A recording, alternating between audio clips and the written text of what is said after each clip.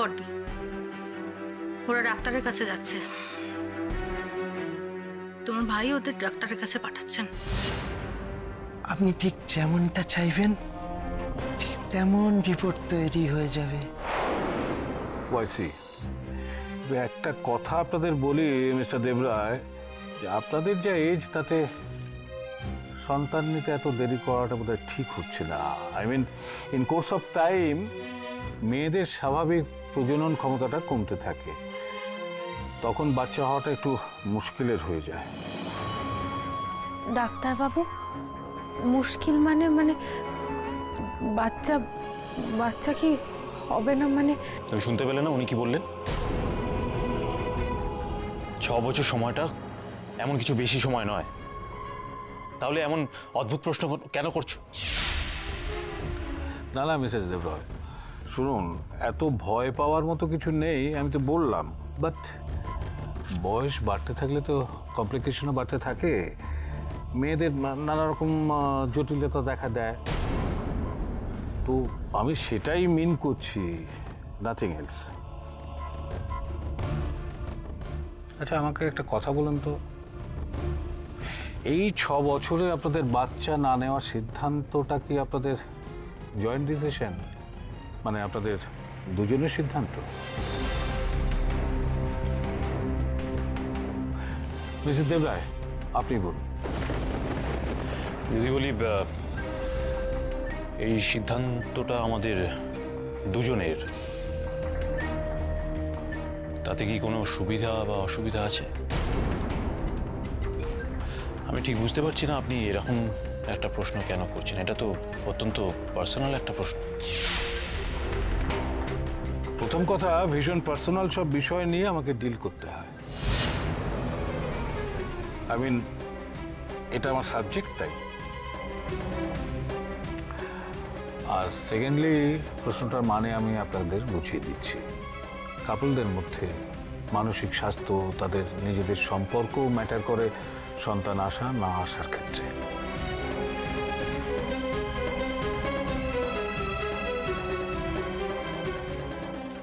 কিছু টেস্ট আমি এখানে লিখে দিয়েছি, সবার আগে সেগুলো করতে হবে। এগুলো কি টেস্ট? আই মিন আমি বলতে চাইছি আমাদের দুজনেরই কি টেস্ট হবে? হ্যাঁ, আপনার এবং মাধবী দেবী দুজনেরই টেস্ট হবে। তবে এই টেস্টগুলো একদম প্রাথমিক পর্যায়ের, কিন্তু তাহলেও আমি বুঝে নিতে পারবো সন্তান উৎপাদন এবং ধারণের ক্ষেত্রে আপনাদের দুজনের পজিশনটা কি। বুঝতে পেরেছি। আপনি যেটা ঘুরিয়ে বলতে চাইছেন সেটা হলো, আপনি বুঝতে চাইছেন যে আমাদের দুজনের মধ্যে কেউ অক্ষম কিনা, তাই তো? যদি বলি তাই, তাতে আপনার কি কোনো অসুবিধা আছে? না। আপনার কোনো অসুবিধা আছে মিসেস দেবরায়? না না ডাক্তারবাবু, না। থ্যাঙ্কস। তাহলে যান, টেস্টগুলো করিন।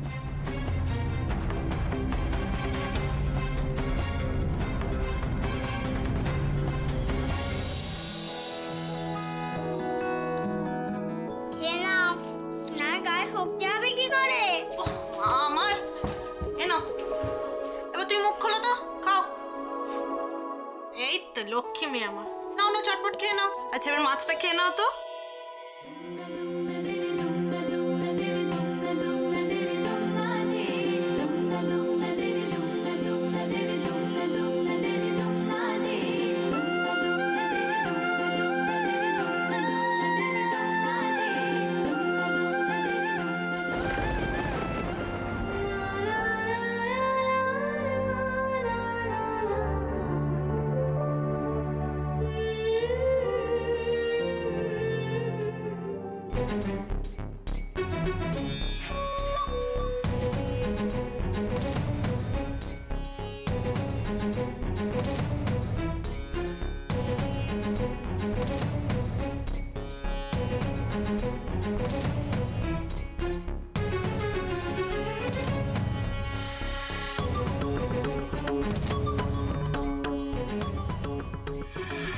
বয়স বাড়তে থাকলে তো কমপ্লিকেশনও বাড়তে থাকে, মেয়েদের নানা রকম জটিলতা দেখা দেয়।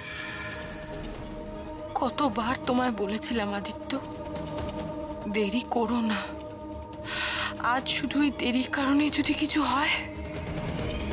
দেরি আমি ইচ্ছে করেই করেছি মাধবী, পারপাসলি, কিন্তু কেন করেছি তা আমি তোমাকে কোনোদিনও জানতে দেব না, আর এটা আমার চ্যালেঞ্জ।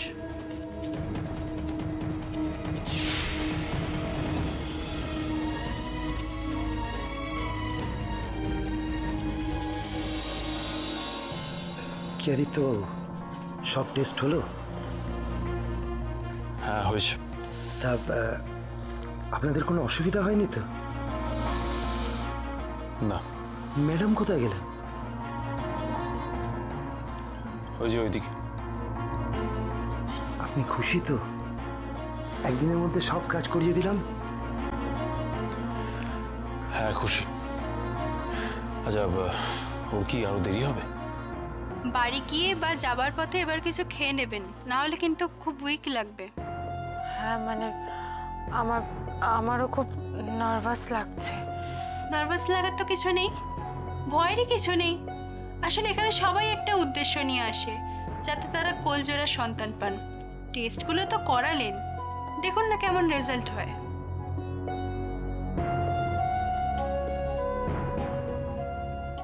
কি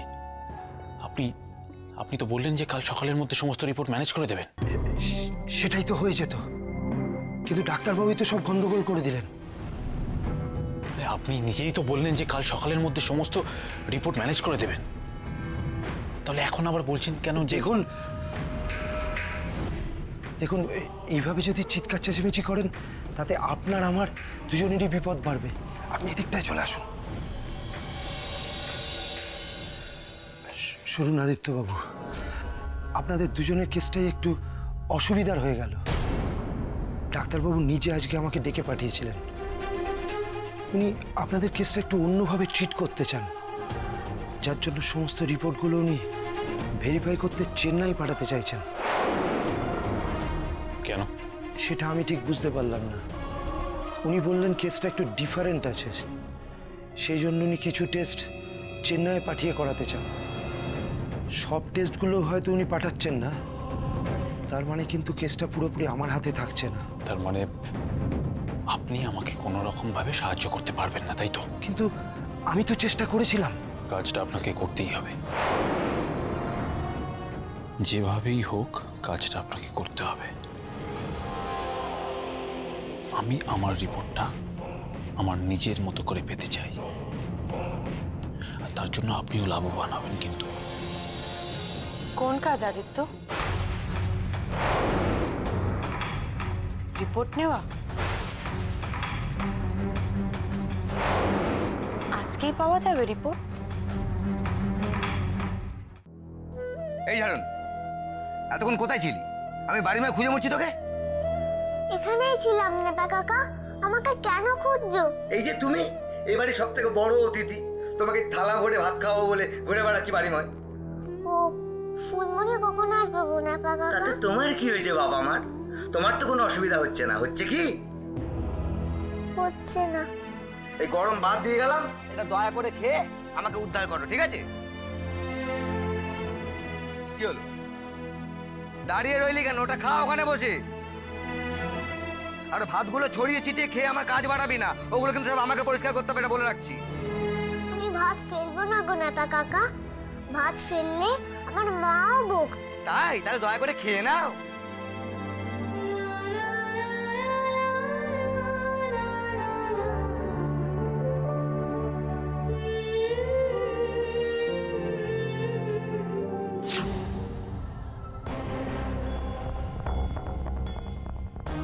তুমি নেমে যাও মাধবী।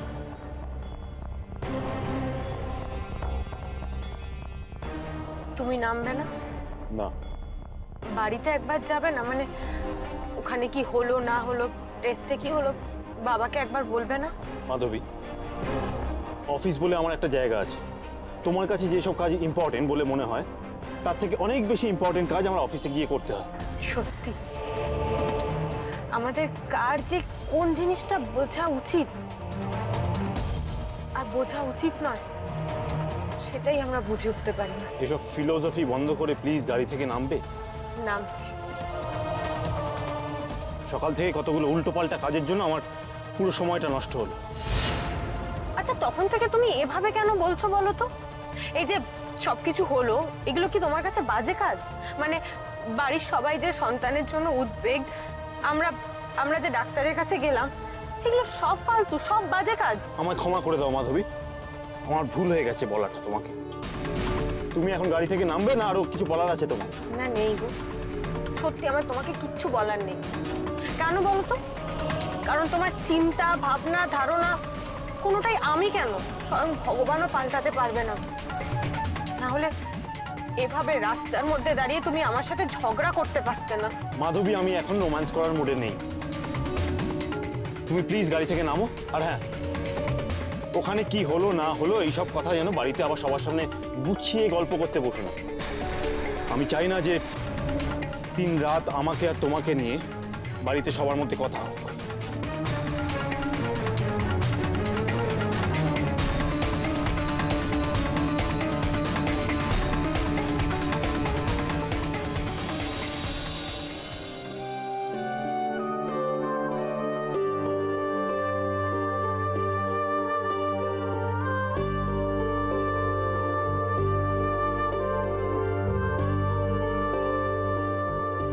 ছাড়ুন, তুই নিজে নিজে খেতে পারিস? পারি তো, একা একা আমি তো ভাত খেতে পারি। এই দেখ, একটাও ভাত পড়েনি।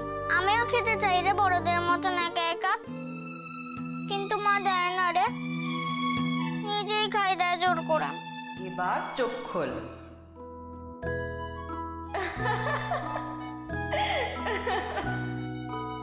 প্রসাদ, কেশ ঠাকুরের জন্য তুমি প্রসাদ এনেছো মা? হ্যাঁ তো, এনেছি তো আমি। তবে শুধু কেষ্ট ঠাকুরের জন্য নয়, আমার ঘরে যে একটা ছোট্ট রাধা আছে তার জন্যও এনেছি। সব বাচ্চাদেরই মারা জোর করে ভাত খাইয়ে দেয়, কিন্তু আমার তো মা নেই, তাই আমি একা একা খাই। তোর মা কোথায়?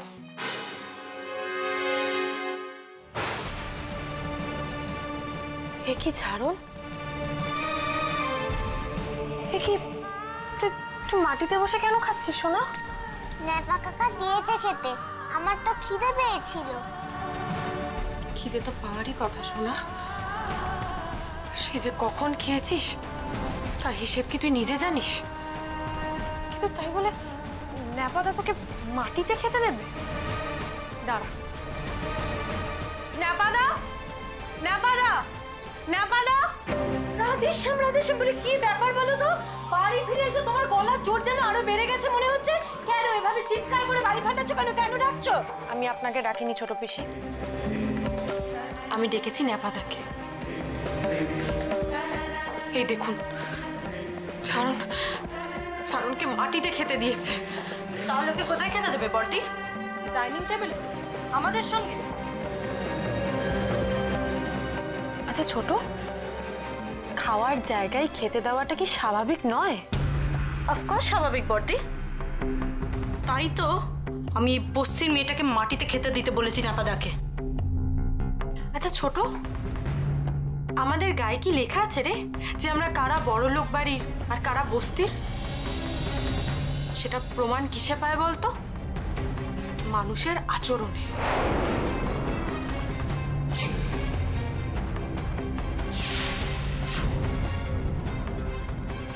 ছাড়ুন, উঠে এত শোনা, আর খবরদার তুই মাটিতে ভাত খাবি না। বাবা, এ তো চোর হয়ে গেল আর দারোগা হয়ে এলো। আসার পর তো সবটাই পাল্টে গেছে দেখছি। না বড় বেশ, কিচ্ছু পাল্টায়, সত্যি কিচ্ছু পাল্টায়। আসলে কি বলুন তো, মানুষের আঘাত লাগতে লাগতে না মানুষ বোধহয় এভাবে উঠে দাঁড়ায়। আচ্ছা আপনি একটা জিনিস ভাবুন তো বড় পিসি, যদি আপনার ওই আদরের নাতিকে কেউ এভাবেই মাটিতে ভাত খেতে দিত, তখন কি আপনি এভাবে এসব কথা বলতেন? বলতেন না বোধহয়। রাধেশ্যাম, রাধেশ্যাম, তোমার এই সাহস থেকে তো আমি হতবাক হয়ে যাচ্ছি গো বৌমা। তোমার এত সাহস, তুমি আমাদের আদরের চিন্টুর সঙ্গে ওই বস্তির মেয়ের তুলনা করছো? এতটা সাহস? তুলনা করছি না ছোট পিসি, শুধু উদাহরণ দিলাম। রাস্তার কুকুর বেড়ালকেও না এভাবে খেতে দেওয়া হয় না ছোট পিসি। ও তো তবু বস্তিতে থাকা একটা মানুষ ছোট পিসি, মানুষ।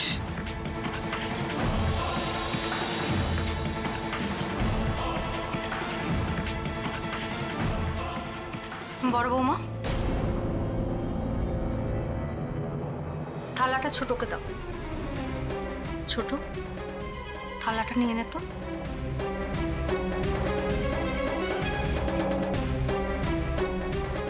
বড় বৌমা, তুমি আমার সাথে এসো, আমার কিছু কথা আছে তোমার সাথে। হ্যাঁ মা, কিন্তু ঝাড়ন তো এখনো। ছোট, তুই ঝাড়নকে নিয়ে ন্যাপার পাশের যে ঘরটা, সেখানে খেতে বসা। আজ থেকে ঝাড়ন ওই ঘরেই থাকবে। মা, তাহলে ঘরটা অন্তত পরিষ্কার করে দি, না হলে তার জন্য অন্য লোক আছে বড় বৌমা, তোমাকে ভাবতে হবে না। তুমি আমার সাথে এসো, বললাম না তোমার সাথে আমার কথা আছে, এসো। ঝাড়ন, চল খাবি, চল আয় আয় আমার সাথে। আমার আর খিদে নেই গো, আমি আর খাবো না। এরম বলতে নেই সোনা, ভাত কোনোদিনও নষ্ট করতে নেই। যাও, লক্ষ্মী মেয়ের মতো গিয়ে খেয়ে নাও, যাও। চল আয়।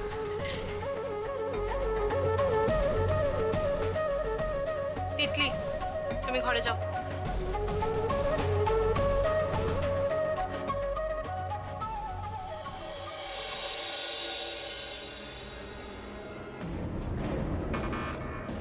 অনুপ, ব্যাপারটা কি বলতো? যার ওপর রাগ তাকেই নিয়ে চলে গেল। আহারে, কষ্ট লাগে। বড় বউটার জন্য বড্ড কষ্ট লাগে। ওই যাকে নিয়ে এত রাগ, এত গুমর, এত অহংকার আর এত কথা গলাবাজি। দুটো দিন যেতে দে না, দেখ এই পীড়িত না ওর আর থাকবে না, দেখে নিস তুই।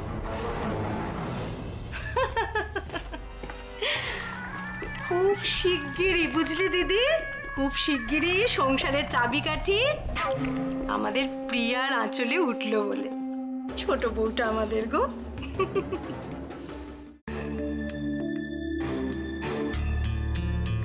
তেতেপুরে এসছো না, এটা খেয়ে না।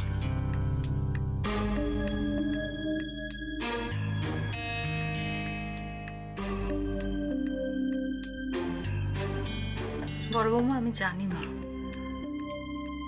তুমি মনে মনে আমার উপর খুব রেগে আছো, তবে তুমি পরে বুঝতে পারবে আমি কেন তোমাকে আর আদিকে এত জোর করে ডাক্তারের কাছে পাঠালাম, আর কেনই বা বস্তিতে যাওয়ার জন্য তোমাকে আটকাচ্ছিলাম। মা, আমি সত্যি আপনার উপর রেগে নেই। রাগ করবই বা কেন বলুন? আর আমি ওই সমস্ত জিনিস ভাবিও নি। আপনি গুরুজন, আপনি আমার থেকে বড়, আপনি ঠিক যেটা ঠিক মনে করেছেন আপনি সেটাই করেছেন। আদি তোমাকে বাড়িতে পৌঁছতে এলো না কেন বড় বৌমা? আসলে মা, ওর অফিসে তাড়া ছিল, তাই আর কি আর বাড়িতে আসলো না। বড় বৌমা, ডাক্তার তোমাদের কি বললেন? ওখানে কি হলো না হলো এইসব কথা যেন বাড়িতে আবার সবার সামনে গুছিয়ে গল্প করতে বসো না। মা, আমি তো সবটা বুঝিনি, তবে আপনার ছেলে আসলে একবার জিজ্ঞাসা করে দেখবেন। কতগুলো টেস্ট, মানে ওই পরীক্ষা করিয়েছেন। এবার ওই রিপোর্টে এলেই জানা যাবে। শোনো মা, আজ ভরা অমাবস্যা, রাতে প্রদীপ জ্বালতে হবে। বৌমা, তুমি বরং আজ ফলাহার করে থেকো, আর রাতে তোমার আর আদির নামে একটা প্রদীপ জ্বেলো।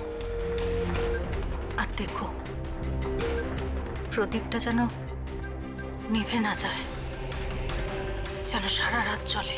ঠিক ঠিক আছে মা। আমি যাই, তোমার বাবাকে গিয়ে বলি তুমি ফিরে এসেছো।